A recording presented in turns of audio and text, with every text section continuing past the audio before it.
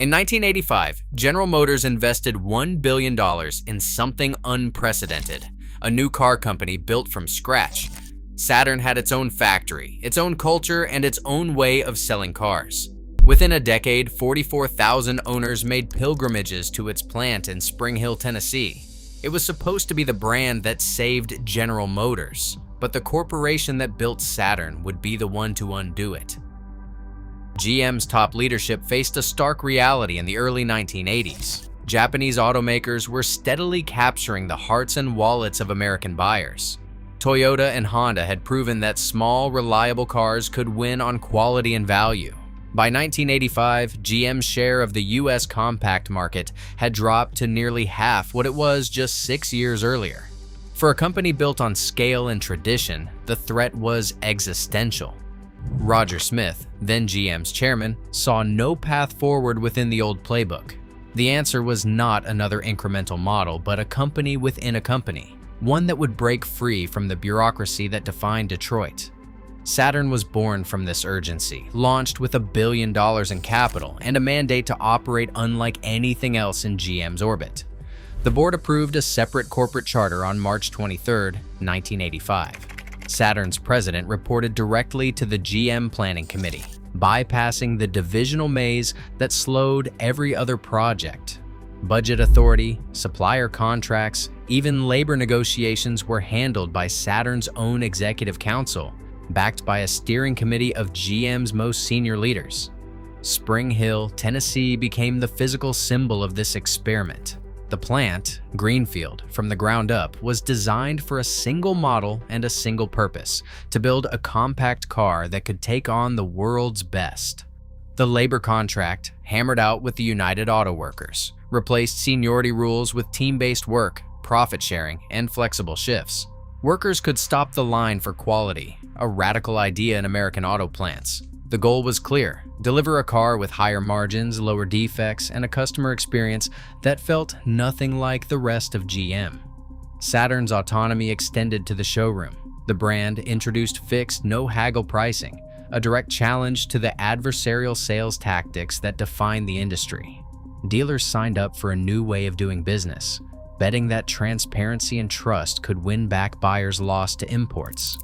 The expectation was set: Saturn would capture 5% of the compact market within 3 years and generate $2 billion in profit over its first decade. It was, as Roger Smith called it, a laboratory for the future of General Motors, a place where the old rules did not apply. But inside the world's largest automaker, no experiment could stay sealed off forever. Saturn's independence, so critical at the outset, would soon be tested by the very system that created it. Saturn's arrival on the American car scene didn't just attract headlines. It sparked something closer to a movement. In 1992, the brand's first full year on the market, nearly 190,000 vehicles found buyers, a figure that exceeded company forecasts and sent a signal through the industry. Dealerships reported customers waiting for months to take delivery, and the fixed price promise drew buyers who had grown weary of the old negotiation games. But the real surprise wasn't just in the sales numbers. It was in the way owners responded. Saturn drivers formed clubs, swapped stories, and forged friendships that went far beyond a typical car purchase. When the company invited its customers to a homecoming event at the Spring Hill plant, an estimated 44,000 people showed up, some driving cross-country, others organizing convoys, all eager to celebrate a brand they felt they had helped build. The gathering became a symbol of Saturn's early bond with its customers and the sense of belonging that came with it. Inside the company, these results were more than a morale boost. J.D. Power ranked Saturn at the top for customer satisfaction in 1994, a first for any General Motors brand. Dealerships earned high marks for service, and word of mouth became Saturn's most effective advertising. Employees at Spring Hill wore their team jackets with pride, and the plant's open-door tours became a fixture for visitors curious about this new approach to building cars. For a moment, it seemed like the experiment was working. The numbers were strong, but the real proof came in the loyalty of customers and the energy of the workforce. Saturn was no longer just a General Motors project. it was a community. The optimism was real, and the company's leaders pointed to these early years as evidence that a different kind of car company could thrive in America. The sense of possibility was everywhere, setting the stage for what many hoped would be a lasting transformation. The optimism surrounding Saturn's early years soon gave way to mounting pressures inside General Motors. What began as a bold experiment, shielded from Detroit's bureaucracy, found itself slowly drawn back into the orbit of the larger company. The first cracks appeared in the very structure that had set Saturn apart, its cost model and its promise of autonomy. Saturn's original business case depended on high-volume, efficient production. At peak output, the Spring Hill plant could build a car for about $9,800. Competitive with Japanese rivals and well below most other General Motors divisions. But as the years passed, that advantage faded. By the early 2000s, per-vehicle costs had climbed to $12,400. The jump was not just a result of inflation or labor. It reflected a deeper problem. The plant's fixed costs became harder to absorb as sales plateaued, and Saturn's narrow product line left little room to spread expenses. Every drop in volume pushed costs higher, creating a cycle that was difficult to break. Supplier relationships, once a point of pride, became a source of frustration. Saturn had been designed to use a local-first, just-in-time supply chain, but the reality was more complicated. Many Tier 1 suppliers were still tied to General Motors' central contracts, forcing Saturn to accept parts built to legacy specifications, often heavier or more expensive than the optimized components used by Toyota or Honda. The dual sourcing arrangement meant Saturn paid a premium for the flexibility it never fully achieved. As the cost penalty grew, the brand's ability to compete on price and margin eroded. The most significant blow came in 1994 when General Motors amended Saturn's charter. For the first time, the brand was required to contribute to corporate overhead.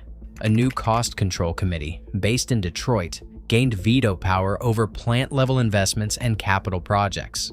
Profit sharing with the United Auto Workers, once a signature feature of Saturn's labor model, was capped at just 5% of earnings. The autonomy that had fueled Saturn's early success was slowly being dismantled, replaced by the same layers of oversight the brand was meant to escape. Inside Spring Hill, teams accustomed to making their own decisions now found themselves answering to corporate committees. The sense of ownership that once defined the workforce began to fade. As costs rose and independence slipped away, the foundation of Saturn's identity grew weaker. The experiment was no longer insulated from the pressures of the parent company. The consequences would soon become visible in the showroom. By the early 2000s, Saturn's identity had faded into the background of General Motors' sprawling portfolio. The numbers told the story. Sales, which once neared 379,000 vehicles a year, slid to just 187,000 by 2005. Customer satisfaction, once Saturn's calling card, dropped from a high of 79 on J.D. Power's index in the late 1990s to 68, a level that no longer set the brand apart from the rest of GM. The promise of a different kind of car company had been replaced by an uneasy resemblance to everything Saturn was meant to challenge. Leadership churn accelerated the decline. In 2004, GM appointed Tom Stevens, a veteran of Chevrolet and Pontiac, to oversee Saturn. The move signaled the end of the brand's independent culture. Product development, marketing, and even budgeting were folded into GM's central structure. Saturn's once distinct models became badge-engineered versions of other GM cars, blurring the line between the experiment and the corporation it was supposed to disrupt. As the financial crisis of 2008 swept through Detroit, Saturn found itself with no margin for error. GM's Chapter 11 bankruptcy filing in June 2009 forced a hard reckoning.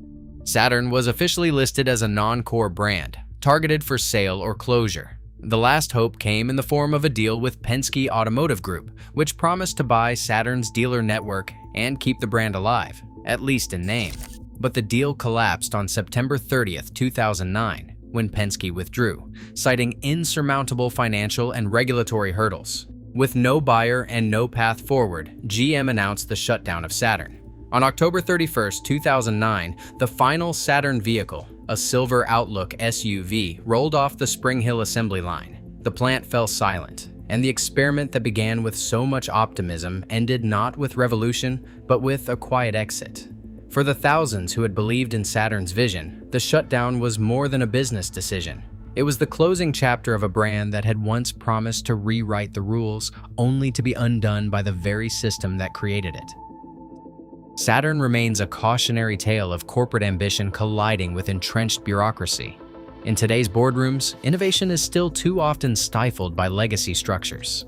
The gap between vision and execution endures, and so does the question: will any company truly risk changing itself to change its fate? Share your thoughts below.